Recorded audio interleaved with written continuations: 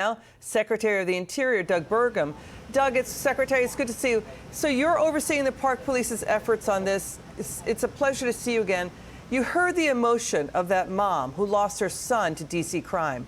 What do you make of the media and Democrats trying to attack this, not focusing on the crime victims? Shouldn't the capital of the free world be free of crime and be a peaceful city? Isn't this about common sense? Well, it is, Liz, and certainly President Trump understands that. And he's made it very clear this was something that he stated he would achieve when he was on the campaign trail, and he's taking all the steps to make it happen. And I can't tell you from the responsibility that I have as Secretary of the Interior, the United States Park Police, which control the mall in Washington, D.C., the Statue of Liberty in New York, the parkways around the city here. These are the icons of American democracy. This across all of the national park locations. The most visited place is in Washington, D.C., the Washington Monument, the Lincoln Memorial, the Jefferson Memorial. People come here to see. This is the shining example of our country. And what do they leave with? Again, you've got these heartbroken mothers, other people that have lost lives of loved ones. It's why yesterday when President Trump made this announcement in the White House press room, they say it's the largest crowd ever to jam into that small room. There had to have been 200 people in there, standing room only, 5 people thick. They could barely raise their hands.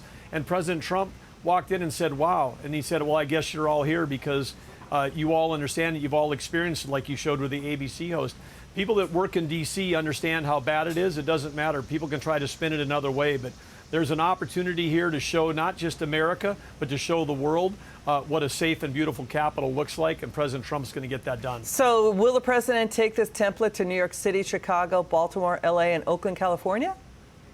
Well, I think as each of these cities have got their own elections, they've elected their own city councils. These are the cities that have said we're going to defund the police, and not just those, but Minneapolis, Portland, San Francisco, and places where essentially crime is driven out the retail businesses, and then it's driven out the small businesses, and it's driven out the corporations that used to rent those office buildings. Many of these cities are in an economically devastating position because of all of the way that people have bailed on the core urban parts of the city because of the crime.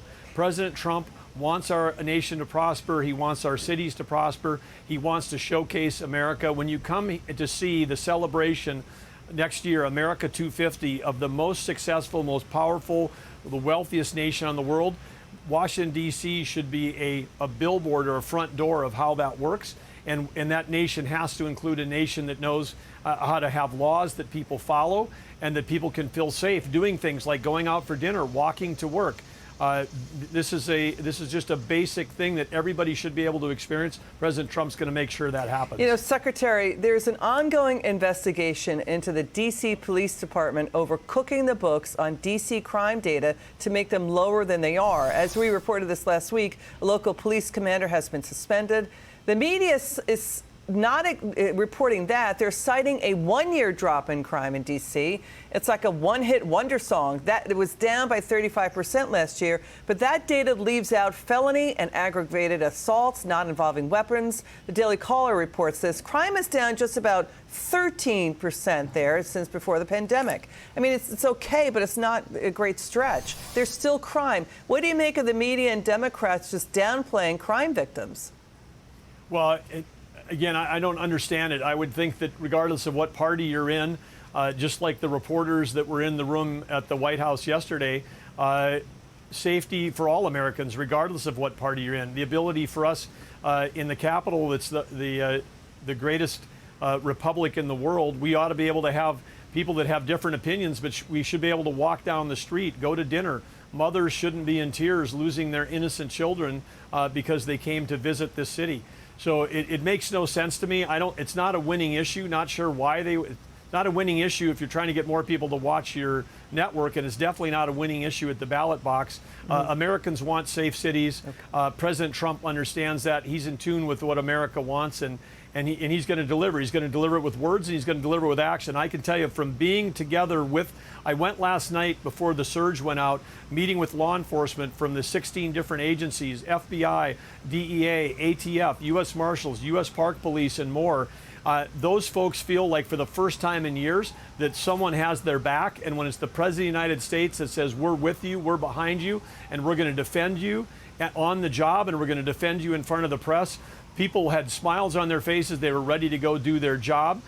President Trump, he backs the blue. He means it. He's behind these folks, and that's going to make a difference. Okay, thank you so much, Secretary Burgum. If you could please stick with us. We'd like to get your reaction, please, to this news. Let's get to this. Watch. The one thing I can tell you, Putin could give a damn about sanctions. He evades them. He could give a damn about how many Russians die.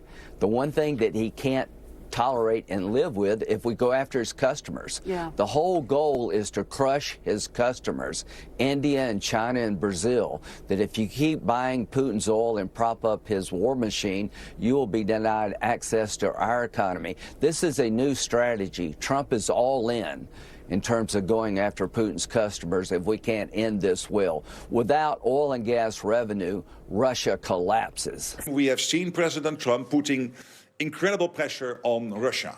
What happened last week, the extra 25% tariffs on India, because we know that India is one of the biggest buyers of oil from and other material from Russia. And this has a huge impact potentially on the Indian economy.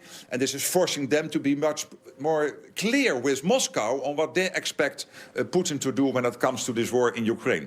But also the fact that he opened the floodgates again when it comes to lethal weapons being delivered into Ukraine, paid by the Europeans, but delivered by the Americans.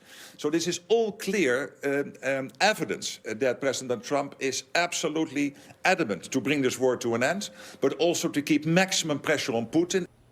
First, that was Senator Lindsey Graham, and then the head of NATO on President Trump's maximum pressure campaign on Russia, squeezing Russia's lifeblood, its oil sales, to get peace in Ukraine. As the president heads to a summit in Anchorage, Alaska, with Russia's Putin, Secretary Burgum joins us back with us now. Can you talk to us about the president's strategy here, Secretary, and how important is Russia's oil sales to Russia's economy? We're seeing 60% of its exports are oil and gas.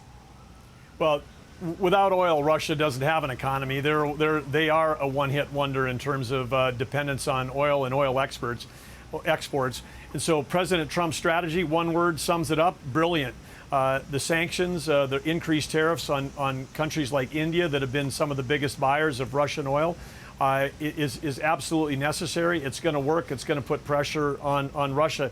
When you think about 6 months ago, Liz, we were in a country where the Biden administration was effectively sanctioning the U.S. I mean, the Biden administration had 68 executive orders against Alaska.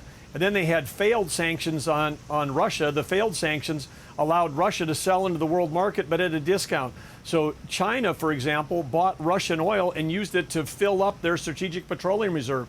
Biden's policies were hurting America and helping our adversaries, both the ones like Russia that are in active kinetic wars and people like China that were just taking advantage of the failed sanctions. President Trump is reversing all of that with energy dominance, bringing prosperity at home. He's bringing peace abroad. And now we're putting pressure on getting, he's going to solve his sixth war in about 7 months that he's going to end. And he's going to do that because he knows that Russia can't keep fighting that war if they don't have revenue, and their revenue comes from oil exports, and he's going to shut those down. Yeah, so President Trump, he's gotten a lot of peace through strength deals, but can he get a deal with Russia to stop its war in Ukraine? The president has said he'll know within 2 minutes whether a deal can be made. He anticipates that land swaps will be a key part of the negotiations, but lawmakers warn that Ukraine's not going to want to give up their territory, and that Putin likely won't allow for that. Do you expect there's going to be some give and take so they can both go home and declare victory? What will Ukraine put up with? Well, I think if anybody can solve this, it's going to be President Trump. And President Trump, he wants to stop the killing. He said that over and over, that that's his objective, that he wants to do this. But, again, Putin is in a spot where he's made money off this war. Their psyops, they spent a decade convincing everybody in Europe to shut down their coal plants, their nuclear plants, and anything related to fossil fuels, so that they could become the sole supplier of Russian gas into the EU. I mean, it was brilliantly executed by Putin to create dependence on their exports. Then when they invaded the Ukraine, when Russia invaded Ukraine, the price of oil went up and Russia made even more money. And then when the failed sanctions went on, Russia was still making money, selling oil at a discount into the world market. And so as long as he's making money fighting a war, he may want to keep fighting it. President Trump understands that the economics, that's why he's going after Russia's customers. Terrific interview, Secretary Doug Burgum, Interior Secretary. Thank you so much. Appreciate